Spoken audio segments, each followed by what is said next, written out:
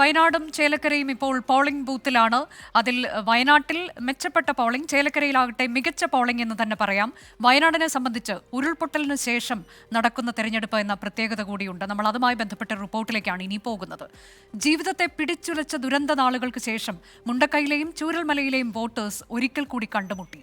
ഉരുൾപൊട്ടൽ ദുരന്തത്തിലെല്ലാം നഷ്ടമായ ഇവിടത്തുകാർ ജില്ലയുടെ വിവിധ ഭാഗങ്ങളിലായാണ് ഇപ്പോൾ താമസിക്കുന്നത്. മുഴുവൻ വോട്ടേഴ്സിനെയും പോളിംഗ് ബൂത്തിലെത്തിക്കാൻ വോട്ട് വണ്ടി എന്ന പേരിൽ പ്രത്യേക വാഹന സൗകര്യം ഒരുക്കിയിട്ടുണ്ട്.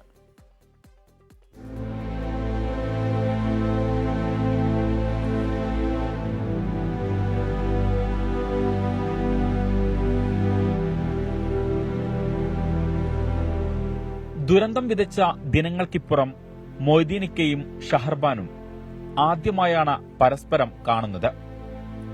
കണ്ട സന്തോഷത്തിൽ എന്ത് പറയണമെന്നറിയാതെ കുറെ പൊട്ടിക്കരഞ്ഞു. പഴയ കഥകൾ പറഞ്ഞു, പുതിയ വിശേഷങ്ങൾ ചോദിച്ചറിഞ്ഞു.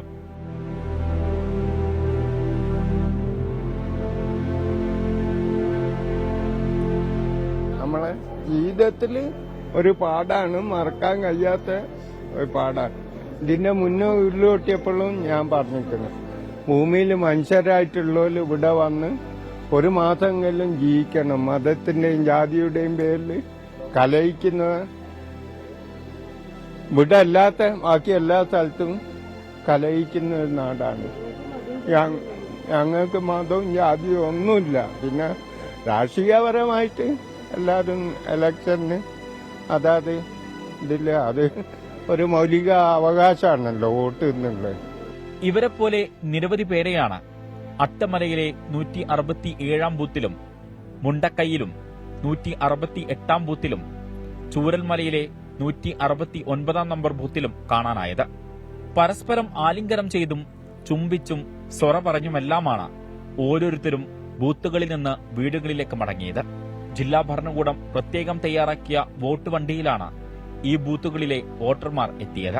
ഇനി പണിയെടുത്തിട്ട് ജീവിച്ചിട്ട് വേണം ഇനി മുന്നോട്ട് പോകാൻ. അപ്പോൾ ഇതിനി നല്ലൊരു ഇതായാല് ഞങ്ങൾക്ക് ഇവിടുന്ന് പോകാൻ പറ്റുള്ളൂ. അങ്ങനെ കുറെ ഞങ്ങളെ പുതുമുഖങ്ങളൊക്കെ പോയി, എത്രയോ പേര് നഷ്ടപ്പെട്ടു പോയി. അവരൊന്നുമില്ല, അവരൊക്കെ ഓർക്കുമ്പോൾ വളരെ സങ്കടമുണ്ട്.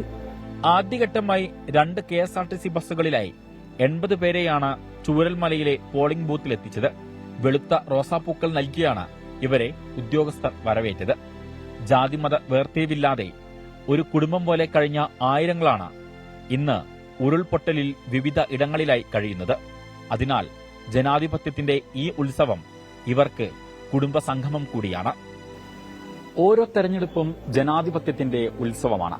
ഈ തെരഞ്ഞെടുപ്പ് ചൂരൽമലയിലെയും മുണ്ടക്കയിലെയും ഓരോ വോട്ടർമാർക്കും സന്തോഷത്തിന്റെയും ഒത്തുചേരലിന്റെയും ദിനങ്ങൾ കൂടിയാണ്. ക്യാമറമാൻ മുഹമ്മദ് യഹ്യക്കൊപ്പം ഷഹദ് റഹ്മാൻ, 24 വയനാട്.